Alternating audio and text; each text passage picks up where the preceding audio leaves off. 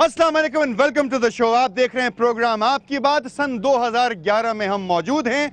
मौजूद गुफ्तगू है पाकिस्तान में खुदकुशी करने का रुझान। इस वक्त सुसाइड्स का जो रेशो है वो बहुत ऊपर जा चुका है।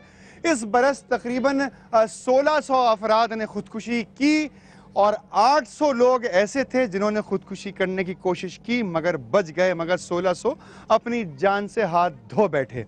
आज जो फैमिली मेरे साथ यहाँ मौजूद है, ये फैमिली सन 2008 में ये अफसोसनाक वाकया अपने घर में देख चुकी है।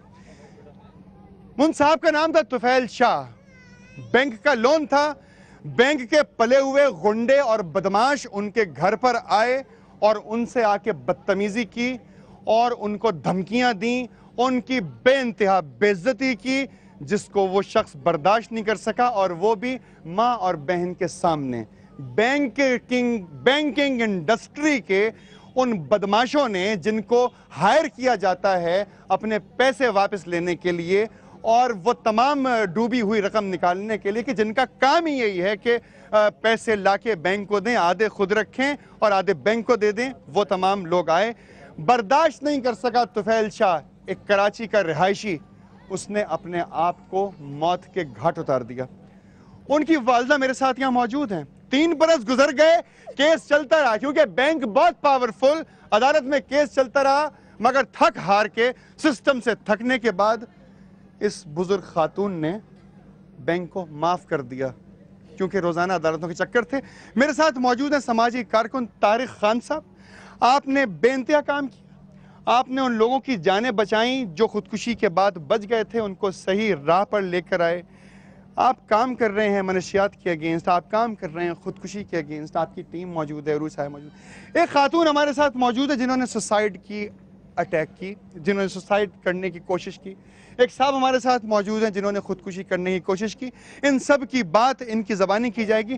पहले बात शुरू होगी उस तुफैल शाह से जिसने अपनी जान गंवा दी क्योंकि उसके पास पैसे नहीं थे बैंक को लौटाने के लिए, और आपके पास सिस्टम नहीं था उस इंसान की जान बचाने के लिए, क्योंकि आपके पास तो पले हुए बदमाश थे, आपके पास तो दफा 325 मौजूद है। अगर आपने खुदकुशी करने की कोशिश की तो 1 साल की कैद होगी और जुर्माना होगा। जुर्माना किससे ले रहे हैं?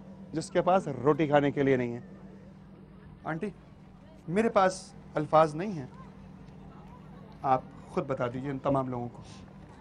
ये बेटा मैं पकड़ा हूँ माइक आपके लिए, आप बस बात कीजिए। माफ क्यों किया? बस बेटा जिंदगी ना बस जी पूरे करिए बस।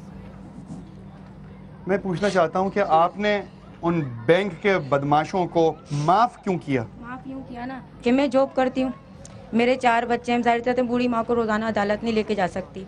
अदालत जा के चक्कर थक गई मैं, तो कल मेरी अम्मी माफ़ कर आ गई। अच्छा, कल ही आज पेशी थी, इसलिए अम्मी ने माफ़ कर दिया कि हमने और हमारे खुदा ने माफ़ कर दिया। बैंक तो खुश हो गया होगा इस बात पे? जाहिर सी बात है, और जाहिर वो कह रहे हैं कि वो भी एक बच्चा ही है, तो इसीलिए कल अम्मी हार तक के माफ़ कर आ गई, माफ करके आ गए। तो जाहिर सी बात है इसके अलावा कोई चारा भी तो नहीं था। मैं थक गई थी, कोर्ट के चक्कर लगा के अपनी बूढ़ी माँ को ले जाके नौकरी करूँगी, अम्मी को लेके जाऊँ। तो फैल के जाने के बाद क्या क्या क़यामतें गुजरी?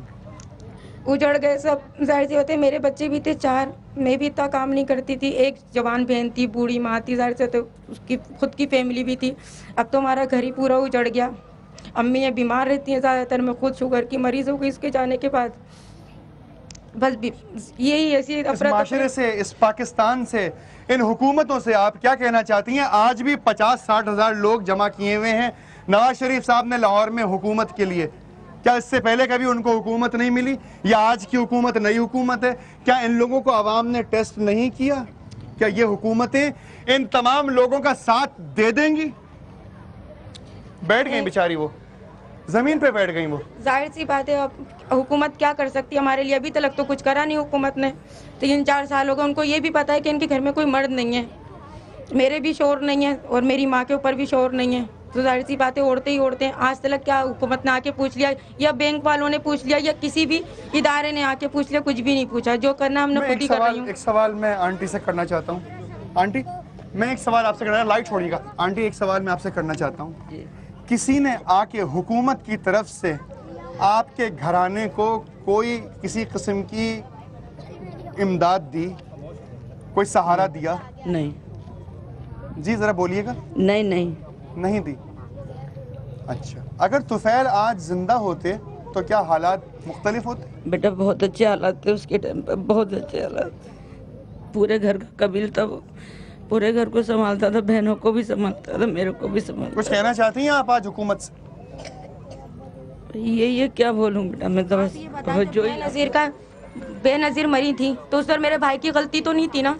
मेरे भाई अपना सब कुछ बेच के गैस की पेमेंट लेके गए थे, वहाँ पर बिलोचियों ने उसको इतना मारा, उसकी सारी पेमेंट चिल्ली, उसकी गाड़ी में आग लगा दी। ये डिस्क्रिमिनेशंस हैं सोसाइटी के कि जो हाथ में आ जाए उसको ज़िबा कर दो, पैसे छीन लो, जान से मार दो। क्यों? क्योंकि कोई पूछने वाला नहीं है। अदालत में जाओगे, वकील होगा, वकील आपको निकाल के ले जाएगा। पुलिस थाना होगा, उसको खरीद लेंगे। डिपार्टमेंट कौन सा सही होगा, क्या नहीं होगा। मेरे साथ तारिक खान साहब मौजूद हैं, 2 लोग और मौजूद हैं सुसाइड किया। ये वो स्टूडेंट्स मौजूद हैं जो फ्यूचर है पाकिस्तान का। जरा इनको देख लीजिए कि इनका आने वाला मुस्तकबिल कैसा होगा। यहाँ पे एक छोटा सा ब्रेक ले रहा हूँ, ब्रेक के बाद आके आपको मजीद तकलीफ दे दास्तानें सुनाऊंगा कि लोग खुदकुशी पर क्यों उतर आते हैं। मेरे साथ रहिएगा।